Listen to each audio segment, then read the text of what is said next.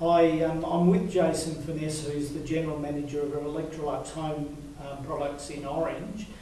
Thanks for coming, Jason.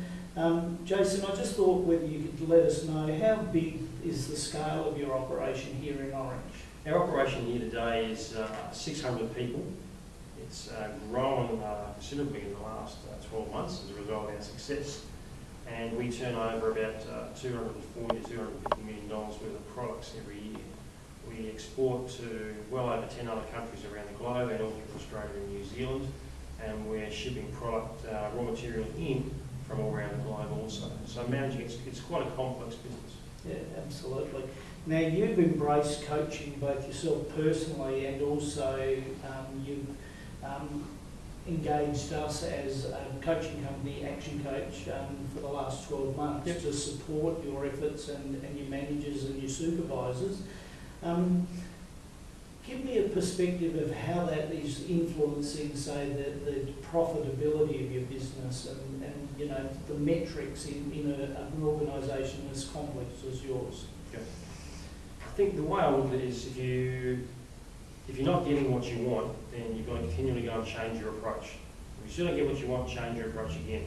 And I looked at coaching as another different approach that we could bring into the business to enhance our ability to come up with new ideas and new ways of leading and managing our business to keep driving cash flow and profitability up with that approach. Mm-hmm. And obviously we've had lots of discussions about coaching and you know what the obvious benefits have been. Have you got a couple that you can just sort of cite that you've been really happy with, some of the benefits or outcomes from coaching, you know, and some of the changes that you've noticed? I think I've seen in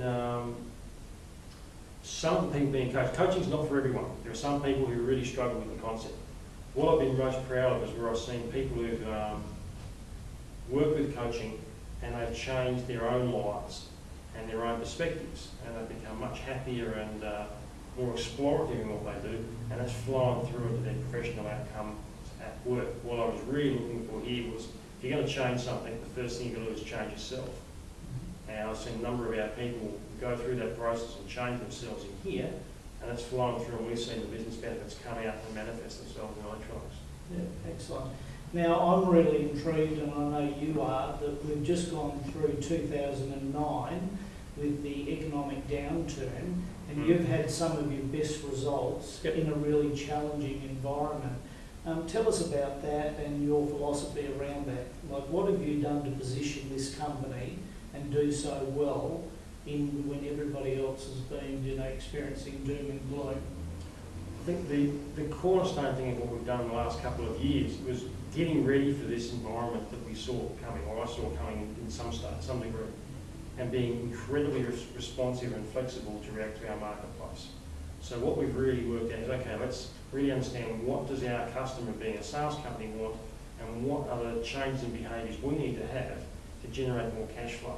So this year, through what's supposedly some sort of minor economic problem around the globe, we've taken our profits up by about 60%, and we've grown sales in terms of out of our factory by resourcing work from offshore in a low-cost country to Australia, which is the complete opposite flow for most manufacturing in this country, and we've made more money in doing so.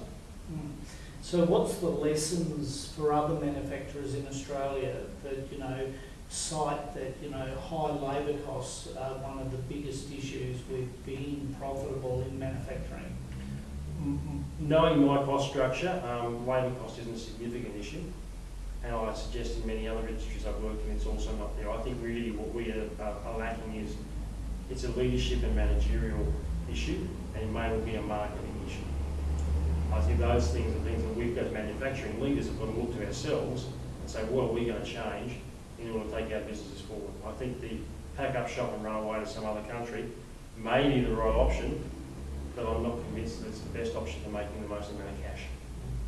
Now, I would consider that I would say that having coached you, you're not the normal sort of stereotypical manufacturing manager. And do you attribute that to all of the personal development and some of the coaching that you receive, that you see the world in a different way, or how would you put that?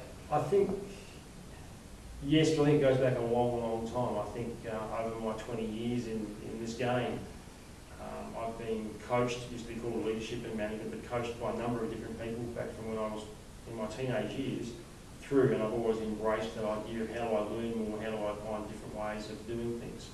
And I think coaching, and now it's called coaching, is a natural extension of that curiosity. And I think one of the things about being a leader is always being curious about what's happening and why. Terrific. Well, I'd like to congratulate you on your success. It's an enormous outcome, and as I say, it's been a privilege to work with Jason and his team at Electrolux here in regional Australia in Orange, New South Wales.